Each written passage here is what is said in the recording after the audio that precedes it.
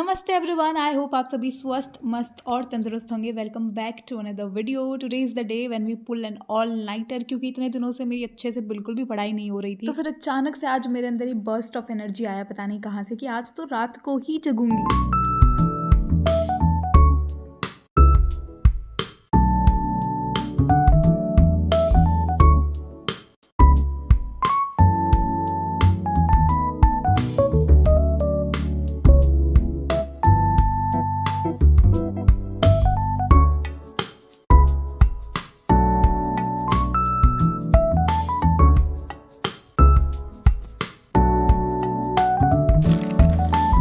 As we all know that sample paper लगाने कितने ज़्यादा ज़रूरी होते हैं। जब एग्जाम सर पे खड़े हैं तो इट्स वेरी इंपॉर्टेंट कि आप ज़्यादा से ज़्यादा सैम्पल पेपर लगाओ। लोसवाल बुक्स के sample paper are one of my favourite. इनको मैंने 10th में भी यूज़ किया था। इसमें आपको ईच सब्जेक्ट के लिए मिल रहे हैं 15 सैम्पल पेपर। यही नहीं, साथ में इट ऑल्सो इंक्लूड्स टॉपर के handwritten answers, mind maps, own tip notes. You also get a trend analysis with predictive analysis कि किस चैप्टर से क्या क्या आने की संभावना है। So make sure you get your hands on these sample papers and use my coupon code for extra discount.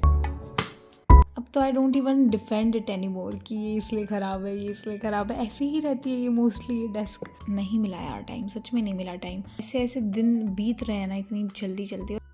तो उसके बाद में मैंने अपनी टेबल साफ़ की, और कोई कुछ भी कहे, मुझे बड़ा मज़ा आता है जब मेरी टेबल एकदम बिखरी होती है एंड फिर मैं उसे सही करती हूँ। एंड मैं इसको कितना ही जचा लूँ, ये हर 3 दिन में ऐसी हो जाती है एंड मुझसे रोज़ रोज़ साफ़ नहीं होती। मैं चाहती हूँ कि एक साथ में पूरी साफ़ कर दूँ। बाकी I am the kind of person जिसको हर एक सामान उसकी टेबल पर ही चाहिए होता है। एक याद, हर एक नोट्स, हर एक किताब उसकी टेबल पर उसको ऐसे हाथ मारती मिल जाए।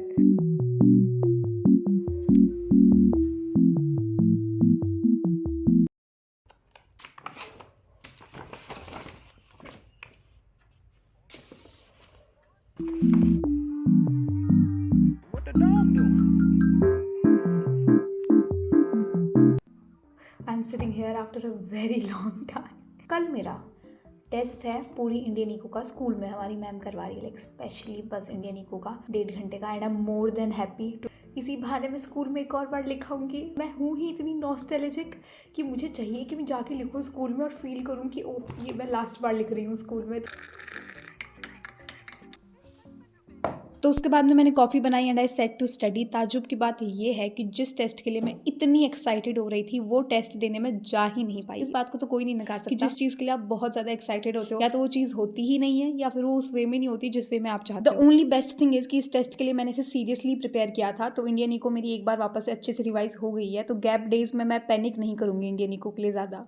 बाकी बोर्ड्स में अभी 10 से 12 दिन ही रह गए हैं रफली, और वो फील आ ही नहीं रही। 10th में इतना ज़्यादा पैनिक था इस टाइम पे। अभी भी पैनिक है, ऐसा नहीं है कि डर नहीं है, तो ऐसे प्योर डर नहीं है, ऐसे वो दिल दहला देने वाला डर नहीं है। मेरा पहला पेपर फिजिक्स का है and I M anxious about physics. मुझे डर लग रहा है कि पहला पेपर फिजिक्स का है, बट साथ में मैं एक्साइटेड भी हूँ देखने के लिए कि इस बार कैसा पेपर आता है।